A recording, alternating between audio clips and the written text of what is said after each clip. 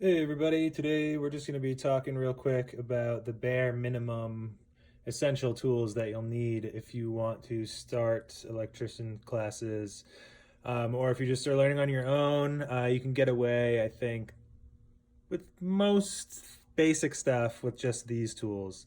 In your first like 2 semesters of school, this is really all you'll need. So anyway, yeah, let's get to it. Okay, so first up, we are just looking at some tin snips. Nothing special. It's really just made for cutting through tin or thin metal or wires or conduit.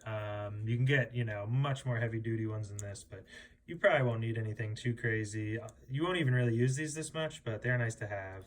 There'll be a couple projects, I'm sure. Really used this a couple times. Most people will recommend Klein tools. That's what this is too. But Klein's expensive, and you don't have to get it for class, but if you're going to be an electrician, you should just get nice stuff. So next, let's see here. We got our screwdrivers. It's classic, nothing special. Phillips head, flathead, whatever, interchangeable tops. Doesn't matter, just get a basic screwdriver.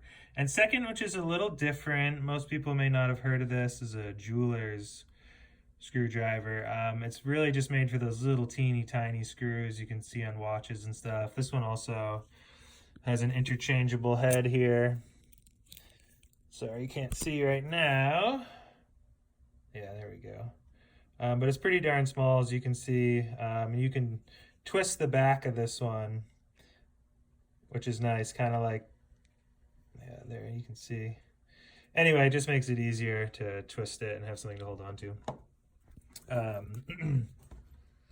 Next, let's see here. Well, I would say Needlenose is definitely one of the more important tools. I'll be using this constantly. That's another Klein I got. These are really small ones. They're really good for like 12, 10 gauge wire, 14, I don't know, all the smaller size stuff. Especially in school, you won't really be working with anything too heavy. Definitely not the first year.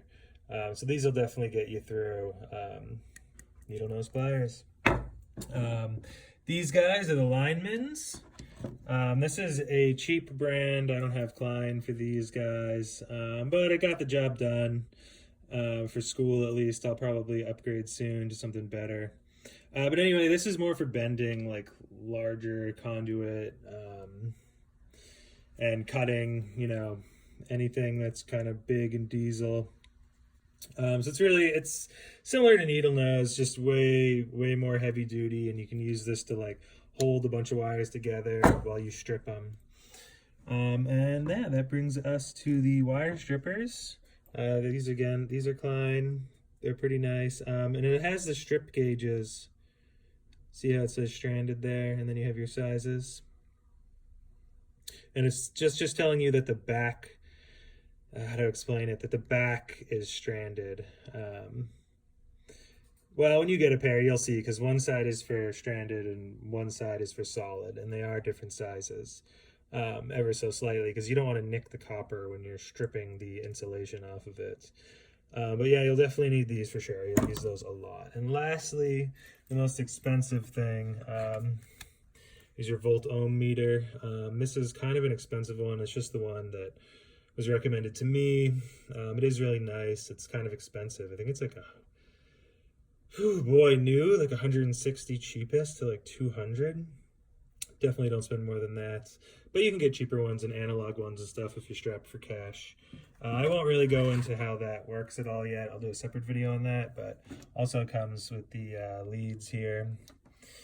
And with that, real quickly, you can test for resistance, continuity, testing diodes and capacitors, voltage, series, voltage AC, your amperage, direct current or alternating current, hertz, blah, blah, blah. Anyways, so yeah, but those are definitely the bare essentials that you'll need.